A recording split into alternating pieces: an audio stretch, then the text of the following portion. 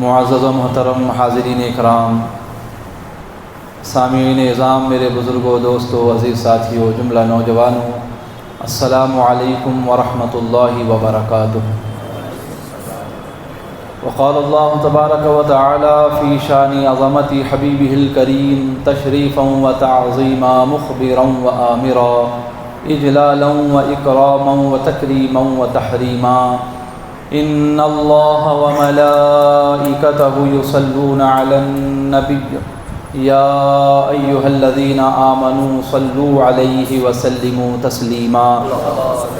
اللہم صل علی سیدنا شفیعنا حبیبنا و مولانا و مالکنا و رؤوفنا و رحیمنا محمد المصطفیٰ صلی اللہ علیہ وآلہ واصحابہ وسلم۔ اللہ رب العزت کا بے انتہا فضل و کرم اور اس کا شکر احسان ہے کہ اس نے ہمیں اور آپ کو اپنے پیارے حبیب آقائے دو عالم نور مجسم ارواحنا و آباؤنا و امہاتنا و کلنا فداہ حقیقت الحقائق خیر البرازق سید الخلائق اصل الوصول عقل العقول حضور جناب احمد مجتبی محمد مصطفیٰ صلی اللہ علیہ وآلہ واصحابہ وبارک وسلم کی مبارک و مقدس امت میں پیدا فرمایا اور ہمیں آپ کا امتی ہونے کا فخر عطا فرمایا۔ الحمدللہ علی ذالک۔ عزیزان محترم، گزشتہ جمعہ ہمارے درمیان جس موضوع پر گفتگو ہوئی تھی وہ موضوع تھا تقسیم میراث کی اہمیت۔ انشاءاللہ العزیز آج بھی اسی عنوان پر ہماری گفتگو ہوگی۔ اللہ رب العزت کی بارگاہ میں دعا ہے کہ مولا تعالیٰ مجھے اس عنوان پر حق کہنے، آپ تمام کو حق سمجھنے اور تعدم اخیر ہم تمام کو حق پر ثابت و قائم رہنے کی توفیق عطا فرمائے، آمین بجاہ النبی الکریم صلی اللہ علیہ وسلم۔ سامعین محترم، اللہ رب العزت نے ہم مسلمانوں کی ہدایت کے لیے ایک نورانی مقدس پاکیزہ افضل کتاب ہمارے درمیان نازل فرمائی جسے ہم قرآن کہتے ہیں۔ اہل اسلام پر اللہ رب العزت نے کئی طرح کے حقوق لاگو فرمائے ہیں، جن میں کچھ حقوق اللہ کے ہیں، کچھ حقوق وہ ہیں جو رسولان نظام کے ہیں، کچھ حقوق وہ ہیں جو بندوں سے متعلق ہیں۔ جانوروں کے حقوق بھی اللہ رب العزت نے بیان فرمائے، غرض کہ ہر وہ چیز جو یہاں موجود ہے ان تمام کے لیے کچھ نہ کچھ حقوق اللہ رب العزت نے اہل اسلام کے لیے بیان فرمائے ہیں، واضح فرمائے ہیں۔ ان میں خصوصاً جو بندوں کے حقوق ہیں ان پر اللہ رب العزت نے بہت زور دیا ہے۔ وجہ یہ ہے کہ جو حقوق العباد یعنی بندوں کے جو حقوق ہیں وہ معاشرتی ڈھانچے کی بنیاد ہیں، اور یہ بندوں کے حقوق جو اللہ رب العزت نے بیان فرمائے ہیں، ان حقوق کی پامالی اور ان حقوق کی خلاف ورزی یہ دنیا اور آخرت دونوں کی ناکامیابی اور دونوں میں خسارے کا باعث اور سبب ہے۔ اسی لیے اللہ رب العزت نے قرآن کریم میں جہاں پر حقوق اللہ پر زور دیا ہے، اپنے حقوق پر جہاں زور دیا ہے، وہیں پر حقوق العباد پر بھی اللہ رب العزت نے کافی زور عطا فرمایا ہے۔ عزیزان محترم، بندوں کے جو حقوق اللہ رب العزت نے لاگو فرمائے ہیں، مقرر اور متعین فرمائے ہیں، ان حقوق میں سے ایک بہت بڑا حق ہے جسے حق میراث کہا جاتا ہے۔ حق میراث یہ ایسا بنیادی اور ضروری اور اہم حق ہے کہ اس میں ہونے والی معمولی سی اور ہلکی سی تھوڑی سی بھی غلطی پورے معاشرے کے امن و سکون کو تباہ و برباد کر دیتی ہے۔ یہی وجہ ہے کہ جو حق میراث ہے، اس مسئلے کی اور اس حق کو واضح کرنے کی ساری ذمہ داری اللہ رب العزت نے اپنے ذمہ کرم پر لے لی۔ یعنی بندوں کے سپرد یہ معاملہ نہیں کیا کہ تم خود اپنے وارثوں کو متعین کرو، بندوں کے سپرد یہ ذمہ داری نہیں دی کہ تمہاری جو میراث ہے اس میراث کے حق کو اور اس میراث کے حصوں کو تم خود آپس میں طے کر لو کہ کسے کتنا حصہ دینا ہے۔ اللہ نے یہ ذمہ داری بھی بندوں کے سپرد نہیں فرمائی، نہ وارثوں کو متعین کرنے کی ذمہ داری دی، نہ وراثت کے اور میراث کے حصوں کو متعین اور مقرر کرنے کی ذمہ داری دی، بلکہ یہ تمام ذمہ داریاں اللہ رب العزت نے اپنے ذمہ کرم پر لے لیں۔ کیوں؟ اس کا سبب کیا ہے؟ اس کی وجہ کیا ہے؟ وجہ یہ ہے کہ اگر وارثوں کو متعین کرنے کی ذمہ داری اللہ ہمارے سپرد کرتا تو پھر ہم اپنی مرضی کے مطابق جسے چاہتے وارث بنا لیتے، جسے چاہے وارث مقرر کر لیتے، اور جسے چاہے ہم اپنی میراث سے محروم کر دیتے۔ وراثت کے حصوں کو تقسیم کرنے کی ذمہ داری بھی اور متعین کرنے کی ذمہ داری بھی اگر اللہ ہمارے سپرد فرماتا تو ہوتا کیا؟ ہم جس وارث کو جتنا چاہے حصہ دے دیتے، وہ حصہ ہو سکتا تھا کہ اس کے حق کے برابر بھی ہوتا، یا زیادہ بھی ہو جاتا، یا کم بھی ہو جاتا، اور اس طرح دوسرے وارث کا حق ہم سے اس میں کمی ہو جاتی، ہم کسی وارث کے حق کو کم کر دیتے۔ تو وارثوں کو متعین کرنے اور وراثت کے حصوں کو مقرر کرنے، یہ دونوں ذمہ داریاں ہمیں عطا نہیں فرمائیں بلکہ خود اپنے ذمہ کرم پر رکھا۔ اس کا سبب یہ ہے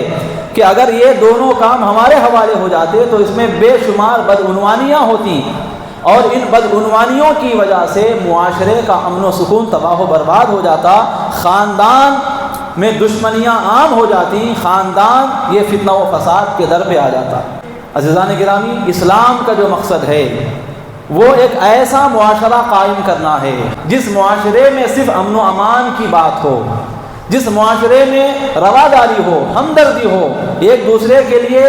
جذبات ہوں، ایک دوسرے کے غم میں خوشی میں شریک ہونے کی خواہشیں ہوں۔ ایک ایسا معاشرہ اسلام قائم کرنا چاہتا ہے جہاں پر ایک دوسرے کا ادب و احترام ہو، جہاں ہر کوئی ہر ایک کے حقوق کو ادا کرنے کی بات بھی کرے اور ان حقوق کو ادا بھی کرے۔ ایسا معاشرہ اسلام قائم کرنا چاہتا ہے، اور ایسا معاشرہ قائم ہونے کے لیے سب سے پہلی جو ضروری چیز ہے وہ یہ ہے کہ اس معاشرے میں رہنے والے لوگ ان تمام اسباب و علل سے، ان تمام عوامل سے بچے رہیں جن عوامل کی وجہ سے، جن اسباب و علل کی وجہ سے فتنہ و فساد عام ہوتا ہے، خون خرابہ ہو جاتا ہے، معاشرے کا سکون، محبتیں، رواداریاں دشمنیوں اور عداوتوں میں تبدیل ہو جاتی ہیں۔ ایسے تمام اسباب و علل سے بچنا معاشرے میں رہنے والوں کے لیے ضروری ہے۔ اس لیے اللہ رب العزت نے کئی ساری تاکیدیں مذہب اسلام کے ماننے والوں کو عطا فرمائی ہیں۔ ان تاکیدوں میں سے ایک تاکید یہ بھی ہے کہ جب کسی کا انتقال ہو جائے تو اس کی جو میراث ہے، اس کا جو ترکہ ہے، یہ فوراً سے پیشتر جتنی جلدی ہو سکے اس کی میراث کو شریعت کے بتائے ہوئے اصول و قوانین کے مطابق، شریعت کے مقرر کیے ہوئے وارثوں میں شریعت کے مقرر کردہ حصوں کے مطابق تقسیم کر دیا جائے، ورنہ تاخیر کی صورت میں ہو سکتا ہے کہ معاشرے میں اختلافات اور تنازعات سر اٹھا لیں اور اس طرح خاندان کا امن و سکون تباہ و برباد ہو جائے۔ تو اسلام نے یہ تاکید فرمائی ہے۔ لیکن عزیزان گرامی، اسلام نے جہاں حقوق العباد پر زور دیا، اور خصوصاً اس مسئلہ میراث میں جتنا زور اسلام نے دیا ہے، ہماری جہالت کہیے، ہماری غفلت کہیے کہ ہماری جہالتیں اور ہماری غفلتیں انتہا کو پہنچی ہوئی ہیں کہ جتنا اسلام حقوق العباد پر زور دیتا ہے، جتنا اسلام خصوصاً اس مسئلہ میراث پر زور دیتا ہے، اس کی اہمیت کو اجاگر کرتا ہے، ہم اتنا ہی زیادہ حقوق العباد سے بھی غافل ہیں، اور بالخصوص مسئلہ میراث کے بارے میں تو انتہائی درجے کی جہالت ہمارے معاشرے میں عام ہو چکی ہے۔ یقین سے یہ بات کہی جا سکتی ہے کہ ہمارے مسلمانوں کی بھاری اکثریت ایسی ہے جنہیں میراث کا ایک مسئلہ تک نہیں معلوم۔ میراث کے جو مسائل ہیں ان میں سے ایک مسئلہ تک ہم مسلمانوں کو نہیں معلوم ہے۔ یہ ہمارا المیہ ہے، یہ ہماری جہالت کی انتہا ہے۔ ہم جب کسی کا انتقال ہو جاتا ہے اپنی مرضی کے مطابق اس کی میراث میں تصرف کرتے ہیں، اپنی مرضی کے مطابق اس میراث کو آپس میں تقسیم کر لیتے ہیں، اور اپنی مرضی کے مطابق ہم جسے چاہتے ہیں دیتے ہیں اور جسے چاہتے ہیں ہم اس حق میراث سے محروم کر دیتے ہیں۔ یہ ہمارا المیہ ہے۔ حالانکہ اس علم کو جسے میراث کا علم کہا جاتا ہے، اسے علم الفرائض کہا جاتا ہے۔ کیا کہا جاتا ہے؟ زور سے بولیے۔ علم الفرائض۔ دیکھیے، نماز ایک فرض ہے، روزہ ایک فرض ہے، حج ایک فرض ہے، زکوٰۃ ایک فرض ہے، اس طرح کئی فرائض اللہ رب العزت نے ہم پر لاگو فرمائے۔ لیکن علم المیراث، اس کا نام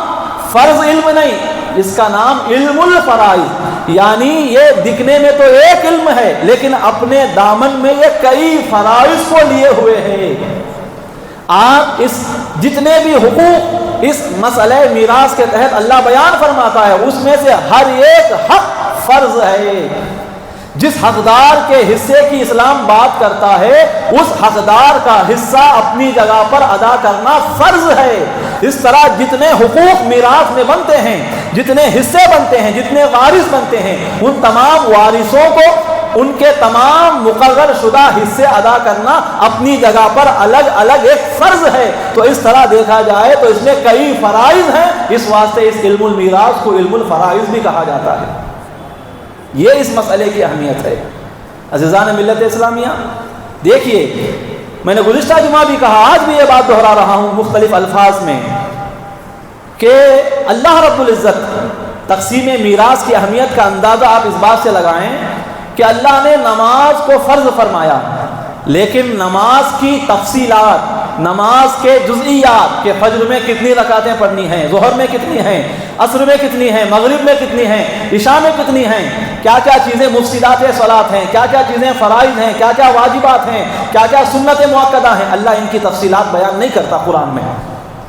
نماز کو فرض کر دیا، اب نماز کے آس پاس کے چند اور ضروری جو بنیادی باتیں ہیں وہ بیان کر کے اللہ رب العزت دوسرے احکام کو بیان فرماتا ہے۔ اسی طرح حالانکہ نماز افضل العبادات ہے، اسی طرح روزہ آپ دیکھ لیں، روزے کی تفصیلات کیا کیا ہیں، کن کن چیزوں سے روزہ ٹوٹ جاتا ہے، وہ تفصیلات اسلام بیان نہیں کرتا، اللہ بیان نہیں کرتا۔ ہاں جو روزے کی بنیادی چیزیں ہیں، بنیادی باتیں ہیں، ان کو بیان کرنے پر اکتفا کر لیتا ہے۔ اسی طرح زکوٰۃ کا مسئلہ ہے، حج کا مسئلہ ہے، حالانکہ یہ عبادتیں کیسی عبادتیں ہیں، ان کو ارکان اسلام کہا جاتا ہے۔ نبی پاک علیہ السلام نے جو فرمایا نا، بنی الاسلام علی خمس،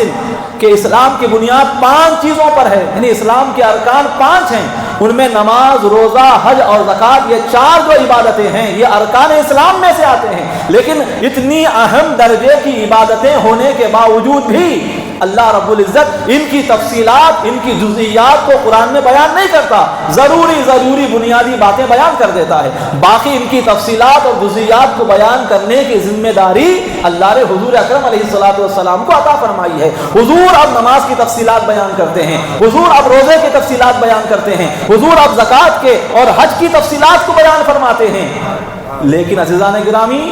مسئلہ میراث کتنا اہم اور ضروری ہے، آپ اس کا اندازہ اس بات سے لگائیں کہ جہاں افضل العبادات جو اس مسئلہ میراث سے زیادہ اہم عبادتیں ہیں ان کی تفصیلات اللہ بیان نہیں کرتا، لیکن دوسری طرف اگر ہم قرآن دیکھیں اور مسئلہ میراث کے بارے میں اگر پڑھتے ہیں تو اللہ تبارک و تعالیٰ اس مسئلہ میراث کی نہ صرف بنیادی باتیں بیان کرتا ہے بلکہ اس کے کئی سارے اصول و قوانین کو بھی بیان فرماتا ہے، اور مسئلہ میراث کی کئی ساری تفصیلات اور جزئیات کو بھی کھول کر واضح انداز میں اللہ نے قرآن میں بیان فرمایا ہے۔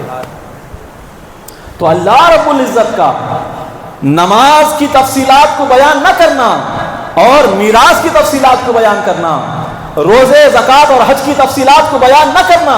مسئلہ میراث کی تفصیلات کو بیان کرنا بتا رہا ہے کہ مسئلہ میراث بڑا نازک اور اہم اور ضروری مسئلہ ہے جس کے بارے میں ہر ایک مسلمان کو جانکاری ہونا لازم و ضروری ہے۔ عزیزان گرامی، یہی وجہ ہے کہ سورۃ النساء، اس میں اللہ رب العزت نے میراث کی مختلف جزئیات اور تفصیلات کو بیان کیا، اور سورۃ النساء کی سب سے آخری آیت میں اللہ رب العزت یہ بیان فرماتا ہے یبین اللہ لکم ان تضلوا واللہ بکل شیء علیم، کہ لوگوں اس مسئلہ میراث کی جو میں نے تفصیلات بیان کی ہیں، کیوں بیان کی ہے جانتے ہو؟ اللہ رب العزت تمہارے لیے اس مسئلہ میراث کی تفصیلات اور جزئیات کو بیان اس لیے کرتا ہے ان تضلوا، تاکہ تم گمراہ ہونے سے بچ جاؤ، تاکہ فتنہ و فساد سے تم بچ جاؤ، گمراہیوں سے اپنے آپ کو بچانے میں کامیاب ہو جاؤ۔ اس لیے اللہ رب العزت نے اس مسئلہ میراث کی تفصیلات کو بیان فرمایا ہے، وَهُوَ بِكُلِّ شَيْءٍ عَلِيمٌ، اور وہ ہر شے کا جاننے والا ہے۔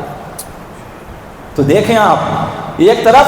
مسئلہ میراث کی تفصیلات کو بھی بیان فرماتا ہے اور بیان کرنے کے بعد اعلان بھی کر رہا ہے کہ میں نے یہ بیان اس لیے کیا تاکہ تم گمراہی سے بچ جاؤ، فتنہ و فساد سے بچ جاؤ، کیونکہ اگر میں بیان نہ کرتا تو تم اپنی مرضی کے مطابق اس میں تصرف کرتے، میراث میں اپنی مرضی کے مطابق وارثوں کو مقرر کرتے، اپنی مرضی کے مطابق تم میراث کا حصہ مقرر کرتے، اور اس میں ہوتا کیا، جو حقدار ہوتے ان حقداروں کا حق مارا جاتا، اور اس طرح چونکہ تمہارے ہاتھوں سے یہ ہوا ہے تمہاری آخرت تباہ و برباد ہو جاتی۔ تو تمہاری آخرت کو بہتر بنانے کے لیے، تمہاری آخرت کو تباہ ہونے سے بچانے کے لیے میں نے خود اس مسئلے میراث کی تفصیلات کو بیان کیا ہے، لہذا اسے سیکھو، جانو، اسی کے مطابق میراث کا معاملہ جب ہوگا تو اس پر عمل کیا کرو۔ یہ قرآن ہم کو واضح الفاظ میں ارشاد فرما رہا ہے۔ عزیزان گرامی، میراث کا علم جسے علم المیراث اور علم الفرائض کہا جاتا ہے،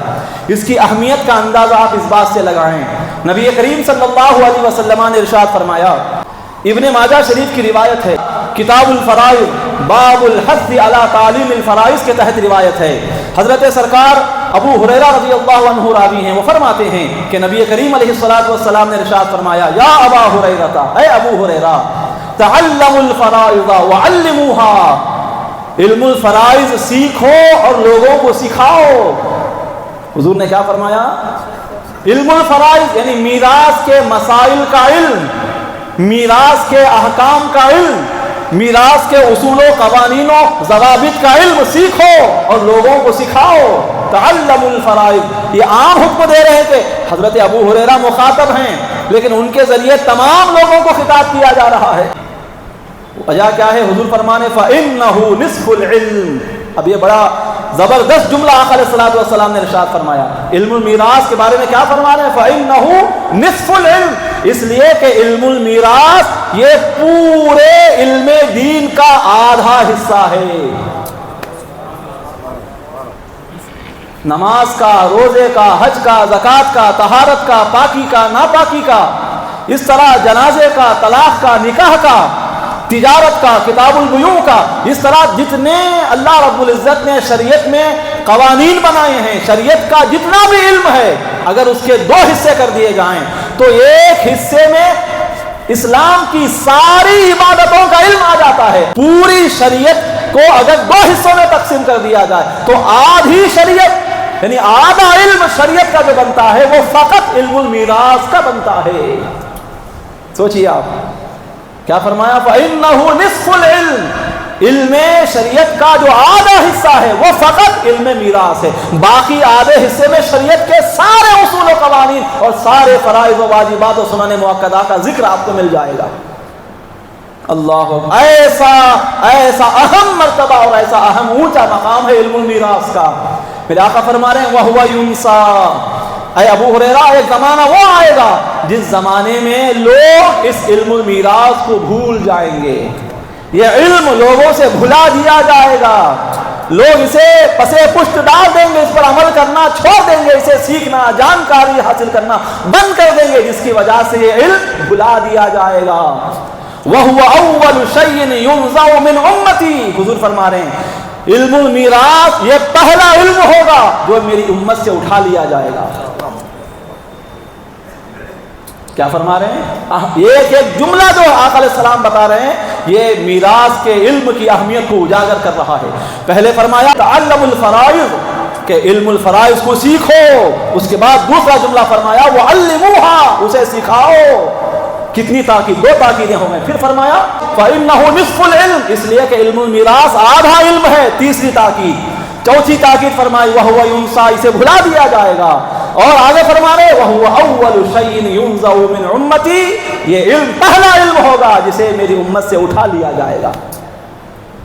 ایک مقام پر آقا علیہ السلام فرما رہے ہیں، سنن دارمی کی روایت ہے اور امام بیہقی کی السنن الکبریٰ کی اور امام حاکم کی المستدرک کی روایت ہے، حضرت عبداللہ ابن مسعود رضی اللہ تعالیٰ عنہ حدیث پاک کے راوی ہیں، وہ فرماتے ہیں کہ نبی پاک علیہ السلام نے ارشاد فرمایا تعلموا القرآن وعلموه الناس، لوگوں قرآن سیکھو اور قرآن لوگوں کو سکھاؤ۔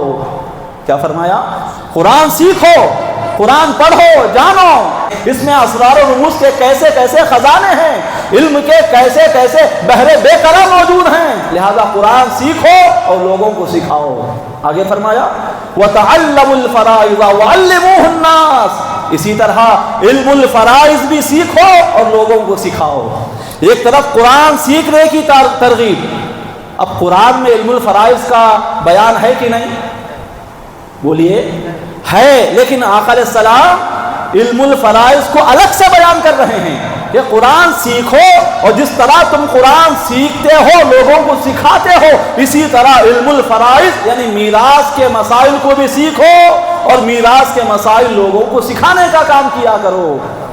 فَإِنِّ امْرُؤٌ مَقْبُوضٌ، میرے آقا فرمانے اس لیے کہ میں وفات پانے والا ہوں، میں دنیا سے تشریف لے جانے والا ہوں۔ وَإِنَّ الْعِلْمَ سَيُقْبَضْ، اور یہ جو علم میراث ہے اسے قبض کر لیا جائے گا، اسے اٹھا لیا جائے گا،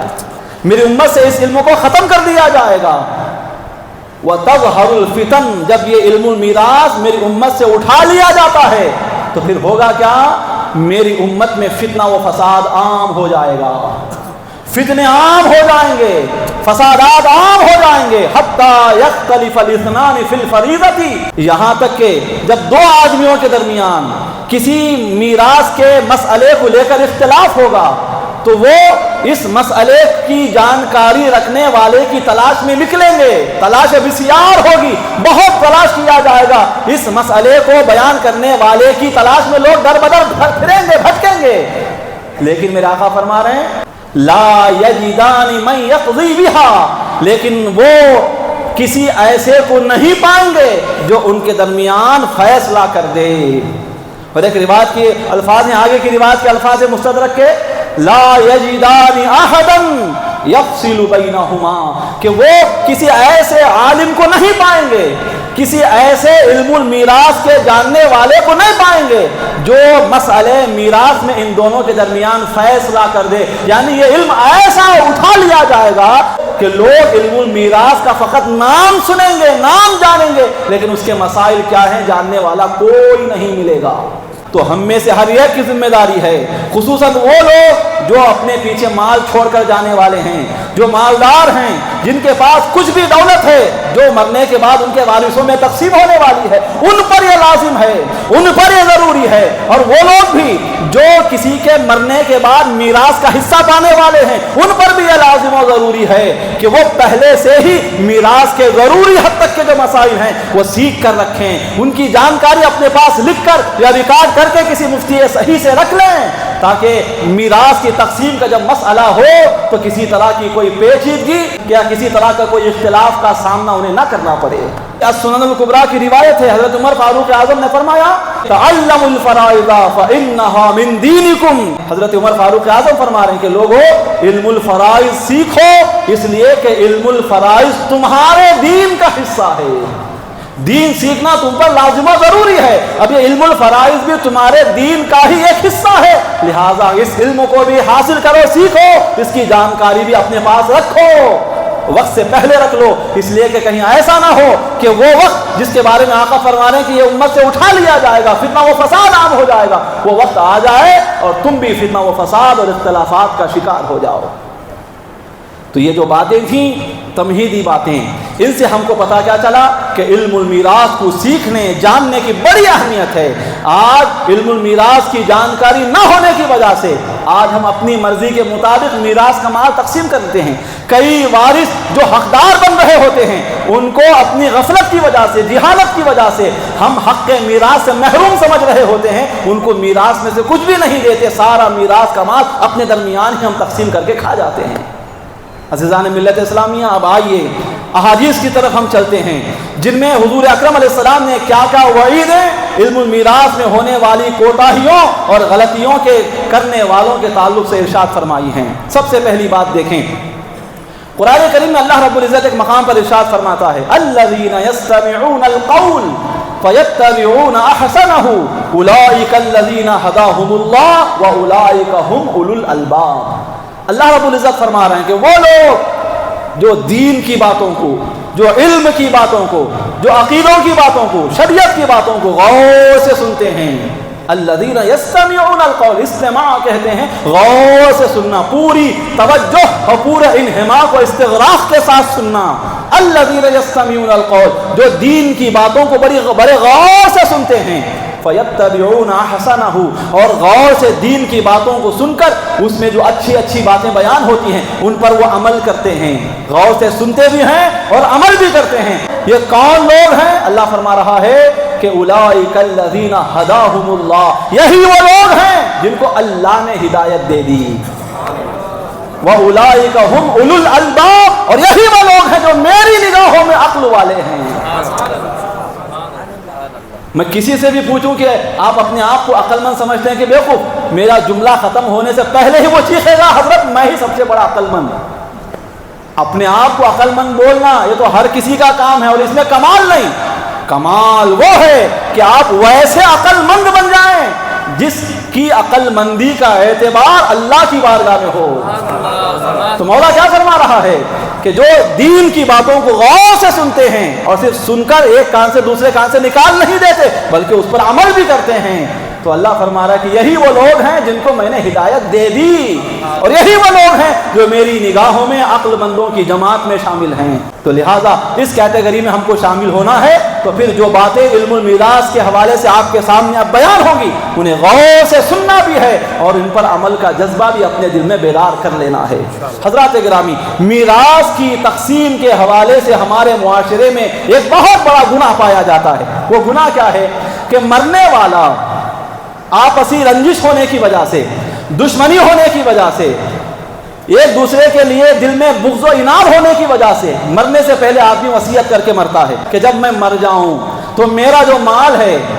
میری جو میراث ہے، اس میراث میں سے میرے فلاں بیٹے کو کچھ نہیں دیا جائے، یا میری جو بیٹی ہے اسے کچھ نہیں دیا جائے، یا میرا جو رشتہ دار ہے جو میرے مرنے کے بعد میری میراث کا حقدار بنتا ہے لیکن میں وصیت کر رہا ہوں، لکھ لو، کاغذات میں لکھوا لیتا ہے، لاکھوں لوگوں کو بلا کر وہ گواہ بنا لیتا ہے، پورے خاندان کو جمع کر کے ان اپنی باتوں پر، اپنی وصیت پر وہ شاہد اور گواہ بنا کر یہ کہتا ہے کہ دیکھو میں وصیت کر کے مر رہا ہوں کہ میرے مرنے کے بعد میرے مال کا حصہ فلاں وارث کو نہیں دیا جائے گا، میرے بیٹے کو یا میری بیٹی کو یا فلاں رشتہ دار کو نہیں دیا جائے گا۔ اب یہ وصیت کر کے مر جاتا ہے۔ پہلے شریعت کا مسئلہ کیا ہے وہ سن لیں۔ شریعت کا یہ اصول ہے، یہ مسئلہ ہے، شریعت کا قانون ہے کہ مرنے والے نے اگر مرنے سے پہلے کسی اپنے وارث کو اپنی میراث سے محروم کرنے کی وصیت کر بھی دی، اگرچہ اس نے بڑے بڑے کاغذوں میں لکھوایا، اس نے پوری دنیا کو اپنی وصیت پر گواہ بھی بنا لیا، پورے جو سرکاری افسران ہوتے ہیں گورنمنٹ کی آفس میں جا کر رجسٹر کرا کر بڑے بڑے بانڈ پیپر میں بھی اگر وہ وصیت لکھوا دیتا ہے کہ میرے مرنے کے بعد میرے فلاں وارث کو میری میراث میں سے حصہ نہیں دیا جائے گا، اگر یہ وصیت کیسی بھی ہو، کیسا بھی بندوبست کر کے وہ مرے، لیکن شریعت یہ کہتی ہے کہ اس کی وصیت پر عمل نہیں کیا جائے گا۔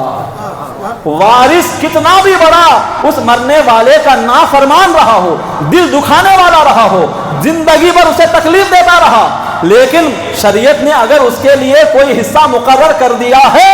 تو پھر اس حصے کو اسے دیا جائے گا، مرنے والے کی وصیت پر ہرگز عمل نہیں کیا جائے گا۔ یا پھر دوسری طرح کی وصیت کیا ہوتی ہے کہ میں جب مر جاؤں تو میری فلاں گاؤں میں جو زمین ہے وہ زمین فقط میرے بیٹوں کی ہوگی، بیٹیوں کی نہیں۔ یا اگر کوئی یہ وصیت کرتا ہے کہ جب میں مر جاؤں میں جس گھر میں ہوں یہ گھر فقط میری بیٹیوں کو ملے گا، بیٹوں کو نہیں، یا میری فلاں اکاؤنٹ میں جو میرے پیسے ہیں یا جو سونے اور چاندی کا میرے پاس زیور اور مال پڑا ہوا ہے، یہ زیور اور یہ مال فقط میری بیٹیوں کو ملے گا، بیٹوں کا اس میں کوئی حصہ نہیں۔ اس طرح کی وصیت بھی اگر کوئی کر کے مرتا ہے تب بھی اس کی وصیت پر عمل نہیں کیا جائے گا۔ سمجھ رہے ہیں حضرت؟ تو کیا ہوگا پھر جب مرنے والا مر جائے تو اس کا جتنا بھی مال و متاع ہے، جتنی بھی دولت ہے، اس سب کو جمع کیا جائے گا۔ جمع کرنے کا مطلب سب کا حساب لگایا جائے گا، پھر سب کا حساب لگانے کے بعد جتنے وارثین ہیں شریعت کے مقرر کردہ، میرے آپ کے نہیں، شریعت نے جن کو وارث مانا ہے ان وارثوں کو پہچانا جائے گا، کسی صحیح مفتی کے پاس جا کر معلوم کیا جائے گا، پھر وہ جو پورا مال ہے مرنے والے کا، اس مال کو ان شرعی وارثوں میں شریعت کے مقرر کردہ حصوں کے مطابق تقسیم کیا جائے گا۔ یہاں کسی کی کوئی وصیت کام نہیں آئے گی، کسی وصیت پر عمل نہیں کیا جائے گا۔ تو اب یہ ہمارے معاشرے میں عام ہوتی جا رہی بات، خصوصاً جو عورتیں ہوتی ہیں وہ جب مرتی ہیں تو یہ وصیت کر کے جاتی ہیں کہ میرا جو زیور ہے وہ فقط میری بیٹیوں کو ملے گا، یا میرا جو گھر ہے فقط میرے بیٹوں کو ملے گا۔ اس طرح کی وصیت بیکار ہے، اگرچہ اس وصیت کو کیسے بھی کروڑوں روپیوں کے پیپر پر لکھا کر مرنے والا، تب بھی اس کی وصیت پر عمل زور سے بولیے نہیں کیا جائے گا۔ یہ پہلی بات۔ دوسری بات یہ ہے، ایسا جو کرتے ہیں، کیسا کہ مرنے سے پہلے کسی شرعی وارث کو محروم کرنے کی وصیت کر کے مرتے ہیں، ان کے لیے حضور اکرم علیہ السلام نے پہلے ایک تاکید فرمائی ہے۔ بخاری شریف کی روایت ہے کتاب الوصایا کے اندر، یہ مسلم شریف میں بھی ہے، بخاری اور مسلم کی متفق علیہ روایت ہے۔ بخاری میں کتاب الوصایا میں روایت ہے، حضرت سعد بن ابی وقاص رضی اللہ عنہ راوی ہیں، وہ فرماتے ہیں کہ نبی کریم علیہ السلام نے ارشاد فرمایا انک ان تدع ورثتک اغنیاء خیر من ان تدعهم عالۃ یتکففون الناس فی ایدیہم۔ میرے آقا فرما رہے ہیں کہ اے انسان، تیرا اپنے وارثوں کو تنگ دست بنا کر چھوڑنے سے بہتر اور افضل یہ ہے کہ تو ان کو مالدار بنا کر چھوڑے، تاکہ وہ لوگوں کے سامنے جا کر اپنی ضروریات کے لیے ہاتھ نہ پھیلائیں۔ یعنی کیا بولا جا رہا ہے کہ اگر کوئی یہ وصیت کرتا ہے کہ میرے مرنے کے بعد میرا سارا مال، میری ساری دولت فلاں مسجد کو، میرا سارا مال فلاں مدرسے کو، اگر یہ وصیت کر کے مرتا ہے تو پھر آقا علیہ السلام منع کر رہے کہ نہیں، ایسی وصیت تم نہیں کر سکتے، کیونکہ اگر ایسی وصیت کرو گے کہ میرا سارا مال یا میرے مال کا اتنا حصہ فلاں آدمی کو دے دیا جائے یا فلاں ادارے کو دے دیا جائے، تو ہوگا کیا؟ تمہارے جو وارث ہیں وہ تنگدست رہ جائیں گے، وہ فقیر و غریب رہ جائیں گے۔ لہٰذا ایسا نہ کرو، ایسی وصیت ہرگز نہ کرو جس وصیت کی وجہ سے تمہارے جو وارثین ہیں وہ اپنی ضرورتیں پوری کرنے کے لیے لوگوں کے درمیان، لوگوں کے سامنے جا کر ہاتھ پھیلانے پر مجبور ہو جائے۔ نہیں،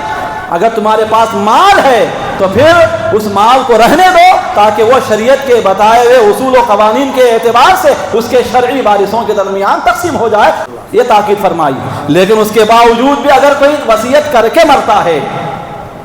کہ نہیں، میرے مرنے کے بعد میرا مال فلاں آدمی کو نہیں دیا جائے گا، یا فلاں پراپرٹی سے فلاں میرے بیٹے یا بیٹی کو یا رشتہ دار کو نہیں دیا جائے گا، اب اگر کوئی ایسی وصیت کر کے مرتا ہے، ہاں ایک بات یاد رکھیں، وصیت کرنا جائز ہے، لیکن کتنے مال میں وصیت کر سکتا ہے، اس کی وصیت پر کب عمل کیا جائے گا، یہ الگ مسئلہ ہے۔ میں انشاءاللہ آج نہیں تو اگلی ملاقات میں اس کو بھی عرض کروں گا، لیکن یہاں اپنے کسی مخصوص وارث کو محروم کرنے کے لیے وصیت کرنا، یہ جو ہے شریعت میں ناجائز و حرام ہے، حرام ہے۔ لیکن اگر کوئی ایسی وصیت کر کے مرتا ہے تو میرے آقا اس کے لیے کیا وعید فرما رہے ہیں، دیکھیے، ترمذی شریف کی روایت ہے، کتاب الوصایا، باب ما جاء فی الضرار فی الوصیتی کے تحت روایت ہے۔ حضرت ابو ہریرہ رضی اللہ عنہ راوی ہیں، وہ فرماتے ہیں قال رسول اللہ صلی اللہ علیہ وسلم، اللہ کے رسول صلی اللہ علیہ وسلم نے ارشاد فرمایا، کیا فرما رہے میرے آقا؟ ان الرجل لیعمل والمرأة بطاعت اللہ 60 سنة، ایک آدمی، ایک عورت، کیا فرما رہے ہیں؟ ایک آدمی، ایک مرد اور ایک عورت 60 سال تک عبادت کرتے رہیں۔ کتنے سالوں تک؟ 60 سالوں تک وہ عبادت کرتے رہیں۔ 60 سالوں کی عبادت کا مطلب کیا؟ یعنی 60 سالوں تک شب و روز، دن رات، 60 سال کا ہر لمحہ اللہ کی عبادت میں گزاریں۔ اب کتنی بڑی عبادت ہو جائے گی، وہ کیسے عبادت گزار ہوں گے، بہت بڑی عبادت ہو جائے گی ان کی۔ تو 60 سالوں تک کوئی اللہ کی عبادت میں مصروف رہے، ثم يحضرهم الموت، پھر ان میں سے کسی کو موت آئے، فَيُضَارَّانِ فِي الْوَصِيَّةِ، اور مرنے سے پہلے وہ کسی کو نقصان پہنچانے والی وصیت کر کے مریں کہ میرے بیٹے کو میری میراث کا حصہ نہیں دیا جائے گا، یا میری بیٹی کو نہیں دیا جائے گا، یا میری فلاں زمین و جائیداد یا فلاں جو میرا مال و زیور ہے اس میں سے میرے فلاں وارث کا کوئی حصہ نہیں ہے، وہ فلاں وارث کے لیے ہے۔ اس طرح کی اگر کوئی وصیت جس میں کسی وارث کو محروم کرنا پایا جاتا ہے، کسی وارث کو نقصان پہنچانا پایا جاتا ہے، ایسی وصیت اگر کوئی کر کے مرتا ہے، کون آدمی جو 7 سالوں تک اللہ کی عبادت میں رہا، میرا آقا فرما رہے ہیں فَتَجِبُ لَهُمَ النَّارُ، ان دونوں کے لیے جہنم واجب۔ کیا فرمایا؟ فَتَجِبُ لَهُمَ النَّارُ، یہ نہیں دیکھا جائے گا کہ 7 سالوں کی عبادتیں ہیں، فقط اس ایک عمل کی وجہ سے اس کی 7 سالہ عبادتوں پر پانی پھر جائے گا اور ان دونوں کے لیے جہنم واجب ہو جائے گا۔ اسی مضمون کی اور ایک بات میرے آقا فرما رہے ہیں، ابن ماجہ شریف کتاب الوصایا باب الحیف فی الوصیتی کے تحت روایت ہے، حضرت ابو ہریرہ رضی اللہ عنہ راوی ہیں، وہ فرما رہے ہیں کہ نبی کریم علیہ الصلوۃ والسلام نے ارشاد فرمایا ان الرجل لا يعمل بعمل اہل الخیر 70 سنة، ایک آدمی،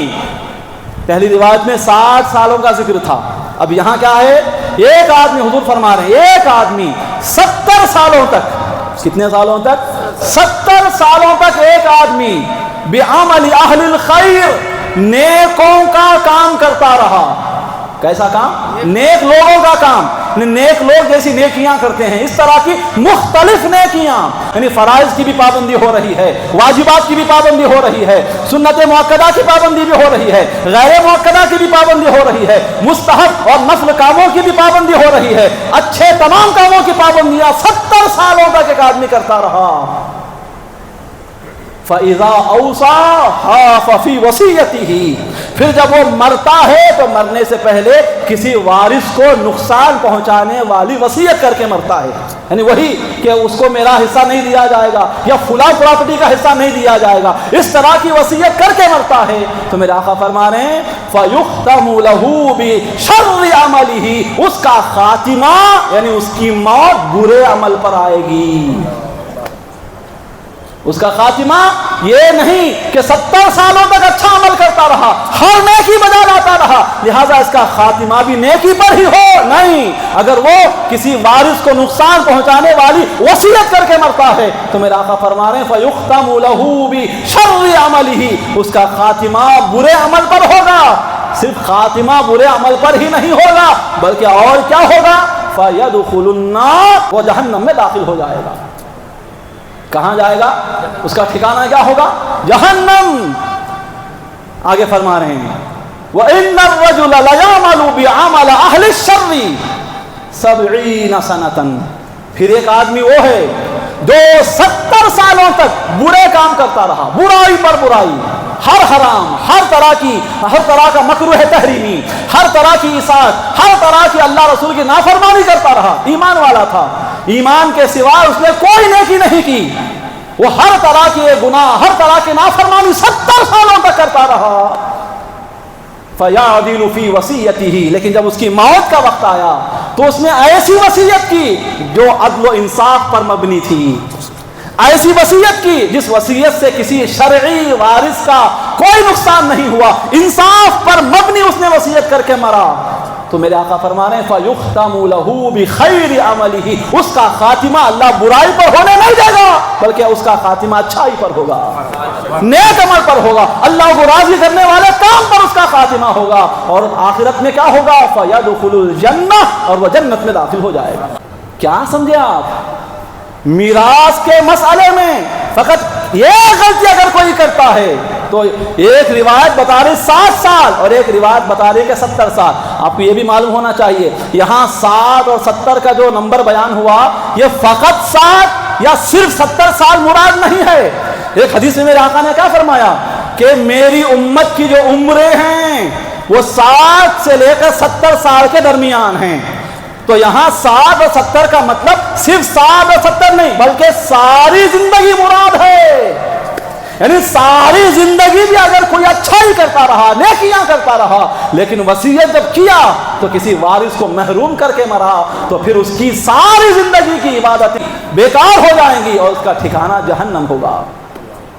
یہ ہے وارثوں کو محروم کرنے کا انجام۔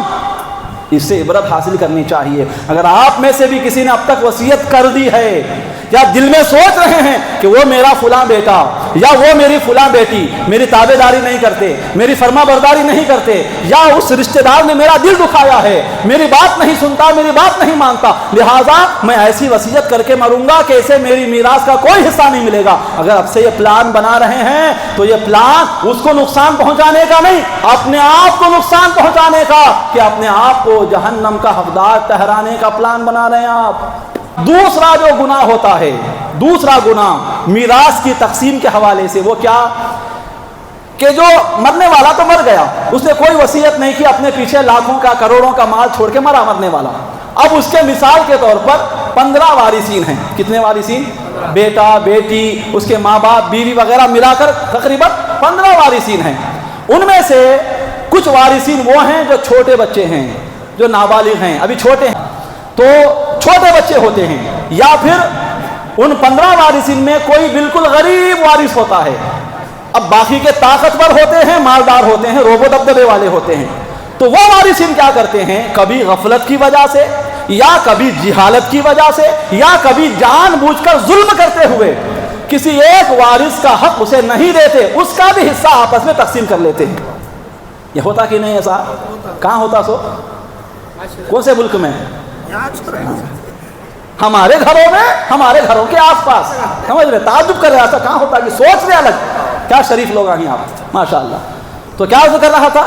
تو یہ معاملہ چلتا ہے ہمارے معاشرے میں، ہمارے گھروں میں، کہ ہم جان بوجھ کر، کبھی غفلت کی وجہ سے، کبھی علم نہ ہونے کی وجہ سے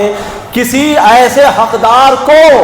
جو حقدار واقعی میں شریعت کے اعتبار سے حقدار بن رہا ہوتا ہے، لیکن وارثین اسے اس کا حق نہ دے کر اپنا حق بھی تقسیم کر لیتے ہیں اور اس کا حق بھی آپس میں بانٹ لیتے ہیں، تقسیم کر لیتے ہیں۔ ایسا کرنا بھی گناہ کبیرہ ہے، جہنم میں لے جانے والا یہ کام ہے،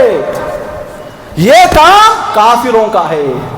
مسلمانوں کا نہیں، یہ کافروں کا کام۔ زمانے جاہلیت میں لوگ ایسا ہی کرتے تھے، اسلام کے تشریف لانے سے پہلے کا جو دور تھا زمانے جاہلیت، اس میں بھی ایسا ہی ہوتا تھا کہ مالدار یا طاقتور یا زوردار جو لوگ ہوتے وہ کمزوروں کا، بچوں کا، بچیوں کا حق بھی آپس میں تقسیم کر لیتے تھے، ان کو روٹ کا کر کے چھوڑ دیتے تھے، ان کا حق ان کو نہیں دیا کرتے تھے۔ تو ان کافروں پر سختی کرتے ہوئے اللہ نے ارشاد فرمایا وَتَأْكُلُونَ التُّرَاثَ أَكْلًا لَمًّا وَتُحِبُّونَ الْمَالَ حُبًّا جَمًّا۔ اے کافروں، کیسے بدبخت ہو تم لوگ کہ میراث کا سارا مال جمع کر کے آپس میں کھا جاتے ہو، وارثوں کو ان کا حق نہیں دیا کرتے۔ مال سے اتنی محبت ہے کیا تم کو؟ یہ قرآن پوچھ رہا ہے۔ وَتُحِبُّونَ الْمَالَ حُبًّا جَمًّا، کہ مال سے بے انتہا محبت، مال کے چکر میں اپنی آخرت تباہ کر لے رہے ہو، مال کے چکر میں اپنی قبر کو تباہ کر لے رہے ہو، مال کے چکر میں اللہ کی ناراضگی مول لے رہے ہو، لہذا ایسا نہ کرو۔ یہ مال کی محبت نہ دنیا کا تمہیں رہنے دے گی، نہ آخرت میں کامیاب کرے گی۔ تو کافروں پر سختی فرما رہا اللہ تعالیٰ کہ تم میراث کا سارا مال جمع کر کے خود کھا جاتے ہو، وارثوں کو، حقداروں کو ان کا حق نہیں دیا کرتے۔ کافروں کے لیے اللہ نے فرمایا، لیکن افسوس یہ ہے کہ آج یہ بات مسلمانوں میں بھی رائج ہو چکی ہے۔ اس کو کیوں دینا؟ یاد رکھے، ایک رشتہ دار ایسا ہے، ایک وارث ایسا ہے جس نے ساری زندگی اس مرنے والے سے کبھی بات نہیں کی، مرنے والے کو سلام نہیں کیا، مرنے والے سے خیر خیریت نہیں معلوم کی۔ وہ ایک الگ ملک میں ہے، یہ الگ ملک میں ہے، لیکن وہ شریعت کے اعتبار سے وارث بن رہا ہے۔ تو یہاں یہ نہیں دیکھا جائے گا کہ اس کا تو کوئی تعلق ہی نہیں ہے، نا یہ تو کبھی آیا بھی نہیں، ملا بھی نہیں، سلام بھی نہیں کیا، نہ فون میں بات کیا، کبھی اچھے اور برے کام میں شریک ہی نہیں ہوا، یہ نہیں دیکھا جائے گا۔ اگرچہ وارث اور مورث کے درمیان، یعنی مرنے والے اور اس کے مال کا حقدار بننے والے کے درمیان دنیاوی اعتبار سے اگرچہ کوئی رابطہ نہ رہا ہو، پھر بھی اسے تلاش کر کے اس کا حق اسے پہنچانا یہ دیگر وارثین پر لازم و ضروری ہے۔ اور اگر وہ نہ ملے، وہ زندہ ہے لیکن نہیں مل رہا ہے، تو اس کے مال کی حفاظت کرنا یہ دیگر وارثین کی ذمہ داری ہے۔ سمجھ رہے ہیں آپ؟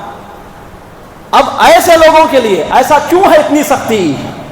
اس کی وجہ یہ ہے کہ میراث کے مسائل کو بیان کرنے کے بعد اللہ کیا فرما رہا ہے؟ تِلْکَ حُدُودُ اللَّهِ، یہ اللہ کی قائم کردہ حدیں ہیں، یہ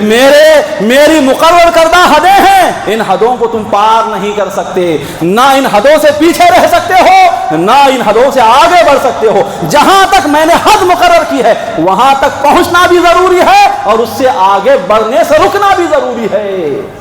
تلک حدود اللہ۔ مزید آگے کیا فرما رہا ہے؟ اب انشاءاللہ مزید باتیں ہیں، اور بھی کئی مسائل ہیں جو ہم کو سننے ہیں، یاد رکھنے ہیں، ان پر عمل کرنے ہیں، اور ان مسائل کے تعلق سے ہمارے معاشرے میں کئی طرح کی بدعنوانیاں پائی جا رہی ہیں۔ وہ کیا ہیں وہ انشاءاللہ اگلی ملاقات میں عرض کیے جائیں گے۔ اللہ رب العزت کی بارگاہ میں دعا ہے کہ مولا تعالیٰ مجھے بھی آپ کو بھی کہنے سننے سے زیادہ عمل خیر کی توفیق عطا فرمائے۔